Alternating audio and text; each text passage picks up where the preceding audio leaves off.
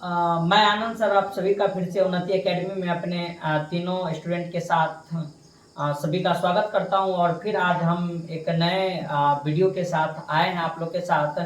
और यकीन मानिए कि ये ऑब्जेक्टिव कहीं ना कहीं आप लोग के लिए बहुत बेहतर साबित भी हो रहा है और बहुत सारा बच्चा का प्यार भी हमें इससे मिल पा रहा है। चलिए हम वीडियो के अंदर आज आगे की बात करते हैं, आगे क्वेश्चन की बात करते हैं। हम 50 तक का ऑब्जेक्टिव पहले वीडियो के अंदर कर चुके हैं और फिर अभी हम 51 से आगे करने का काम जारी रखते हैं।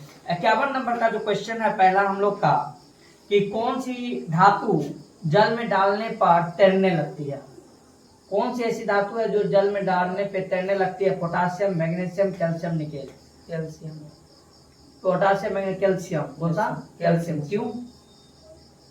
बताया जाता है कि कैल्शियम एक हल्के तत्व के रूप में जाना जाता है और बताया जाता है कि जब ये हल्के तत्व के रूप में रहते हैं तो ये पानी के ऊपर फ्लोटिंग करने का काम करते हैं, यानी आसानी से उस पानी के ऊपर। और अगर बात करें तो घनत्व के रूप में भी ये पानी के घनत्व से कम होता है कैल्शियम का, और उसके कारण वो पानी के ऊपर में क्या करने लगता है? तैरने लगता है।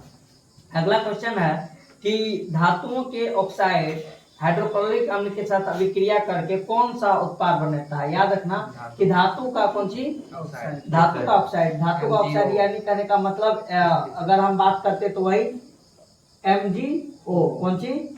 MgO अगर है मेरे पास तो ये जो है HCl के साथ रिएक्शन करने के बाद क्या बनाता है? इससे क्या क्या बनता है? MgCl, MgCl2, H2O। यानी कहने का मतलब मैग्नीशियम क्लोराइड और H2O। यानी इसमें लिखा हुआ धातु का क्लोराइड प्लस जल, धातु का क्लोराइड प्लस हाइड्रोजन, धातु का क्लोरीन गैस, धातु के हाइड्रोक्साइड एवं जल। धातु का क्लोराइड प्लस जल, धातु का क्लोराइड और जल। क्योंकि हमें यहाँ पे धातु का क्लोराइड मिल रहा है और यहाँ पे क्या मिल रहा है? जल मिल रहा है। तो हमें कहीं ना कहीं इससे जो होती है धातु का क्लोराइड और जल मिलता है। अगला क्वेश्चन है अगला है हमारे पास कि कैल्शियम और वो मैग्नीशियम धातु जल पर तैरने लगते हैं। कैल्शियम और मैग्नीशियम दोनों धातु जल पे तैरने लगता है। अब देखो इस क्वेश्चन के अंदर हमें एक चीज भी मिला, एक आंसर मिल गया कि धातु के अंदर अगर कैल्शियम और मैग्नीशियम का बात करें दोनों जल पे क्या कर रहा है? तैर रहा है। और दोनों अगर जल पर तैरने लगते हैं क्योंकि उसकी सतह पर एक गैस चिपक जाती है, और यह गैस कौन सी हो सकती है? Hydrogen gas. कौन सा गैस होती है? कैल्शियम और मैग्नीशियम धातु जल पर तैरने लगते हैं क्योंकि इसकी सतह पर एक गैस चिपक जाती है, और वो गैस कौन सी गैस है? हाइड्रोजन। यानी कहने का मतलब है कि अभी जो हम ऊपर में बात किए थे तो ऊपर में बात किए तो वो तो इसका एक और रीजन होता है कि वाटर जो है हमारे पास जो पानी है उस पानी के ऊपर बताया जाता है कि हाइड्रोजन गैस जो होते हैं ना, जब रिएक्शन करवाते हैं तो हाइड्रोजन गैस निकलता है, और वो हाइड्रोजन गैस जो होते हैं इसके ऊपर अपना सतह बना लेते हैं, जिसके ऊपर वो जो मेटल होते हैं ना, वो धातु जो होते हैं कैल्शियम और मैग्नीशियम, वो उसके ऊपर क्या करने लगते हैं? तैरने लगते हैं। अगला है हमारे पास क्वेश्चन क्या कि कौन सी धातु जल के साथ अभिक्रिया करती है? सोना, लेड, सिल्वर, पोटासियम। पोटासियम। कौन सा? पोटासियम धातु। पोटासियम धातु इसलिए जल के साथ रिएक्शन करता है क्योंकि हम जानते हैं कि पोटासियम के अंदर क्रियाशीलता बहुत ज्यादा होती है। क्या? बहुत ज्यादा। और जब बहुत ज्यादा तीव्र है तो ये तुरंत क्या बना लेता है? पोटासियम का हाइड्रोक्साइड बना लेता है और हाइड्रोजन गैस को क्या करता है? वहां पे मुक्त करता है। लेकिन सवाल ये भी है कि लेड, सिल्वर और सोना ये तीनों का तीनों नहीं करता, इसका क्या रीजन? इसके रिएक्टिव सीरीज में सबसे नीचे आता है। हाँ, रिएक्टिविटी सीरीज के अंदर ये क्या होते हैं? सबसे नीचे आता है। और रिएक्टिविटी सीरीज के अंदर जब सबसे नीचे आते हैं तो हम जानते हैं कि अक्रियाशील धातु के रूप में भी हम इसको जानने का काम करते हैं। अगला क्वेश्चन हमारे पास है, इनमें से कौन सी धातु द्रव अवस्था में पाई जाती है? बहुत आसान क्वेश्चन है, बताओ। मरकरी। बिना ऑप्शन का कौन? मरकरी। क्वेश्चन पूछा भी जाता है। मरकरी एक ऐसा धातु है जो आपको किसके अंदर पाया जाता है? थर्मामीटर के अंदर पाया जाता है, और सबसे हल्के तत्व के रूप में इसको हम द्रव अवस्था में पाए जाने वाले तत्व के रूप में जानते हैं। जबकि सॉफ्ट के अंदर अगर हम बात करते हैं तो सॉफ्ट के अंदर हम किसको जानते हैं? पोटासियम को, सोडियम को, और कुछ कैल्शियम भी जो होता है वो भी क्या होता है? सॉफ्ट होता है। अगला क्वेश्चन हम लोग के पास है कि आयरन ऑक्साइड का बात किया तो आयरन में यहाँ पर Fe+3 है। क्या संयोजकता? Fe+3, Fe2O3 आयरन ऑक्साइड के साथ एल्युमिनियम का अभिक्रिया होता है, Al का अभिक्रिया होता है, और इस अभिक्रिया में से गलित लोहा प्राप्त होता है। हमें क्या प्राप्त होता है? आयरन, गलित लोहा प्राप्त होता है। इस अभिक्रिया को कौन सी अभिक्रिया कही जाती है? संयोजी अभिक्रिया, द्विविस्थापन अभिक्रिया, उपचयन अभिक्रिया, थर्मिट अभिक्रिया। थर्मिट अभिक्रिया। कौन सा अभिक्रिया? थर्मिट अभिक्रिया। थर्मिट अभिक्रिया। उसके अंदर क्या होता है बताया जाता है कि जब अधिक से ताप दे के उसको गलाया हाँ जाता है। अधिक ताप देके उसको क्या किया जाता है? गलाया गलाया जाता जाता है। है। जिसमें आयरन जो होते हैं उसका कम वो रहने के कारण वो आसानी से वहां से गल के लिक्विड के रूप में हमें प्राप्त होती है। अगला क्वेश्चन है, कॉपर को वायु में जलने पे कौन सा यौगिक बनाता है? क्या बोला गया कि कॉपर को यौगिक कॉपर को वायु वायु कॉपर को वायु। कॉपर को वायु में जलाने पे कौन सा यौगिक बनता है? कॉपर को वायु में, यानी कॉपर मेरे पास है, अगर उसको हम वायु में जलाते हैं तो कौन क्या चीज बनता है? Copper. Copper, hydroxide, copper oxide क्या है? कॉपर हाँ ऑक्साइड। बात सही है। ऑक्सीजन हमारे वातावरण में है और कॉपर को जब जलाएंगे ऑक्सीजन के साथ रिएक्शन करवाएंगे तो हमें कॉपर कॉपर ऑक्साइड ऑक्साइड कहीं कहीं मिलेगा। अगला क्वेश्चन है कि नीचे दिए गए अभिक्रिया में कौन अपचयक है? इसके अंदर हमको लिखना पड़ेगा कि मेरे पास है क्या? MnO2 प्लस 4Al, यानी मैग्नीशियम ऑक्साइड और अल्मुनियम। क्या? मैग्नीशियम ऑक्साइड और अल्मुनियम। हाँ मैग्नीशियम और क्या? अल्मुनियम। मैग्नीशियम और अल्मुनियम मेरे पास यहाँ पे है और बताया जाता है कि इसके अंदर Mn प्लस Al2O3 बनता है। Al2O3 बनता है। इसका हम बैलेंस करने के बाद और बोला गया कि इसके अंदर जो है कौन अपचयक है? Magnesium, oxygen, aluminium, MnO। Aluminium होगा। कौन सी होगा? एल्युमिनियम। कौन सी? एल्युमिनियम। एल्युमिनियम क्या है? अपचयक, यानी एल्युमिनियम यहाँ पर जीरो ऑक्सीडेशन स्टेट में है और यहाँ से इसका कुछ ऑक्सीडेशन हो रहा है। क्या हो रहा है? ऑक्सीडेशन हो रहा है। तो कहने का मतलब इसके अंदर बोल रहा है क्या कि ये अपचयक के तौर पे यहाँ पे मौजूद है। कौन सा? अपचय। कौन? अल्मुनियम का क्या हो रहा है? अपचय अपचयक हो रहा है। ठीक। अगला क्वेश्चन है कि HNO3 किस प्रकार का अम्ल है? दुर्बल अम्ल, प्रबल अम्ल या ऑक्सीकारक अम्ल या प्रबल अपकारक, दुर्बल अपकारक? पहला है दुर्बल ऑक्सीकारक है या प्रबल ऑक्सीकारक है या प्रबल अपकारक है या दुर्बल अपकारक है? प्रबल ऑक्सीकारक होगा। ये क्या होगा? प्रबल ऑक्सीकारक। हाँ, इसका एक रिएक्शन बहुत ज्यादा इंपॉर्टेंट होता है। बताया जाता है कि HNO3 जो होते हैं, कौन? HNO3 वो जब जो रिएक्शन करता है उस समय वो ऑक्सीडाइजिंग कर देता है। क्या कर देता है? ऑक्सीडाइजिंग। क्या कर देता है? ये ऑक्सीडाइजिंग। ऑक्सीडाइजिंग करने का इसके अंदर बहुत तगड़ा पावर होता है HNO3 के कारण, इसलिए कि बताया जाता है कि ये प्रबल ऑक्सीकारक के रूप में हम इसको जानने का काम करते हैं। और मात्र इससे मैग्नीज जो होती है, मैग्नीशियम और मैग्नीज, वही इसका क्या बोलते हैं, इससे एसिड फॉर्म करवा सकता है। यानी अब हम अगर बात करें HNO3 से तो नाइट्रेट बना सकता है, बाकी ऑक्सीडाइज हो जाता है। ठीक। अगला क्वेश्चन ये है कि MgCl2 में यौगिक का गलनांक याद करने वाला चीज है 1850, 981 केल्विन, 245, 274 केल्विन। 981 केल्विन। 981 केल्विन। उसके बाद अगला क्वेश्चन हमारे पास है कि लोहे पर भाप की अभिक्रिया से कौन सी गैस बाहर निकलेगी?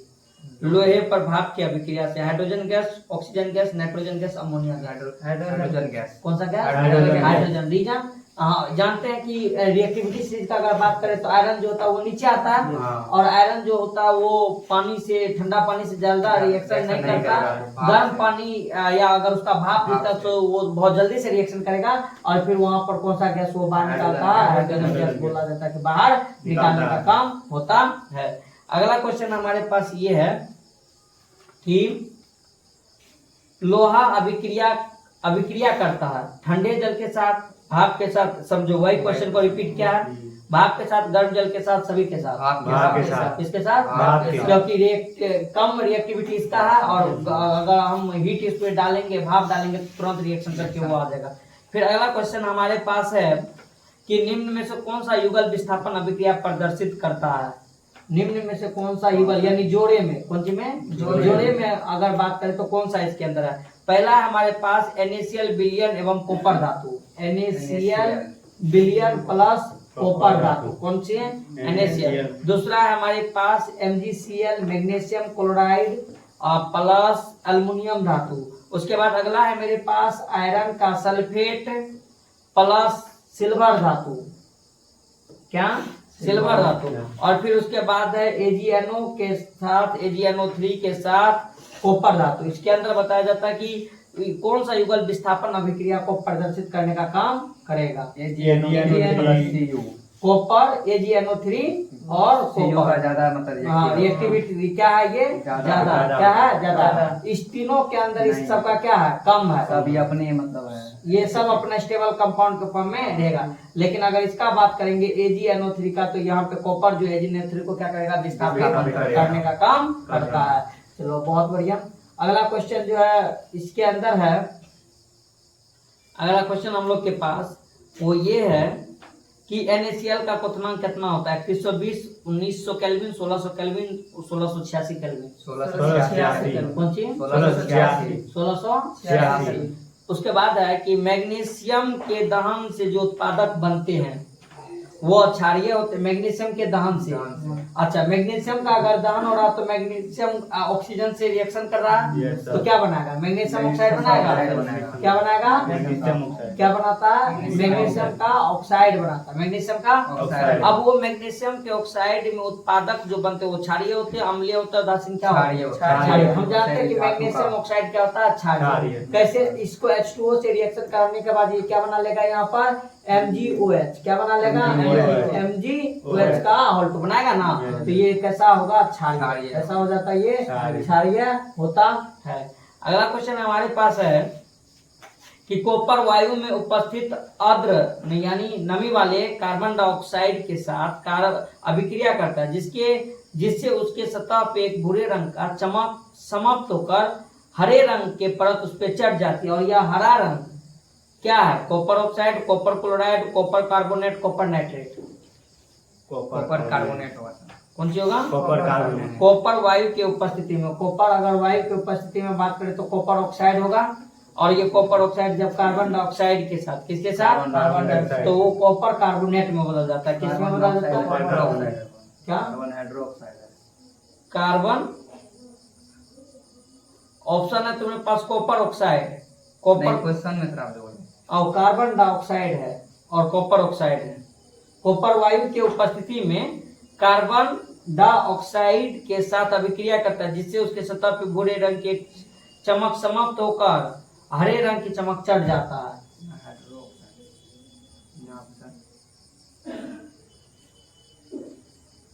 नहीं, हाइड्रो ऑक्साइड अगर रहता तो फिर कॉपर कार्बोनेट थोड़ी बनेगा, काहे कि वो हाइड्रो ऑक्साइड का मतलब OH है ना, और अगर OH के साथ इसका रिएक्शन करेंगे तो कार्बन कहीं पे है तो कैसे कार्बन कार्बोनेट बनेगा?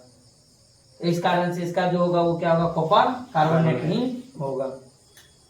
अगला है हमारे पास कि सोडियम क्लोराइड क्या है? एक अणु है या एक विपरीत आयनों का समुच्चय है। इसमें सहसंयोजक बंधन है या विद्युत संयोजक बंधन नहीं है। एक विपरीत अणु का समूह है। विपरीत अणु का ये समूह है। समूह नहीं या समुच्चय। कैसे? कैसे कि हम ये बात जानते हैं, कैसे बता सकता है? हाँ सर, क्योंकि जैसे NaCl है ना सर, हाँ। ये दो मतलब कि दो विपरीत अणु है और इसमें मतलब कि एक धातु है वो अधातु है। इसमें वो माइनस चार्ज रहेगा, वो प्लस चार्ज रहेगा और इसमें आयनिक बंधन होगा। आयनिक बंधन होगा NaCl। ठीक। अच्छा, Na जो है वो किस ग्रुप का है? Na sir sodium. हाँ, क्लोरीन। क्लोरीन 17वां। क्लोरीन 17वां। इसको भी याद रखना, बहुत बढ़िया। अगला क्वेश्चन है हमारे पास कौन सी कि विद्युत संयोजक यौगिक गलित अवस्था में विद्युत का चालन करता है क्योंकि उनके आयनों के बीच ताप के कारण स्थिर विद्युत उसके आयनों के बीच। क्वेश्चन सुनो कि विद्युत संयोजक यौगिक गलित अवस्था में विद्युत का चालन करता है क्योंकि उनके आयनों के बीच ताप के कारण स्थिर विद्युत आकर्षण बल कमजोर पड़ जाता है, विद्युत आकर्षण बल अधिक बढ़ जाता है, विद्युत आकर्षण बल में कोई परिवर्तन नहीं होता और सभी कथन सत्य हैं। अगर विद्युत संयोजक यौगिक का विद्युत संयोजक यौगिक ये है NaCl, विद्युत संयोजक नहीं, आयन के रूप में ये नहीं टूटेगा, टूटेगा, आयन के रूप में टूटेगा। हम इसको अगर किसके साथ H2O के साथ किसके साथ देंगे और उसके अंदर विद्युत संयोजक करवाएंगे तो कहने का मतलब Na प्लस और Cl में टूटेगा।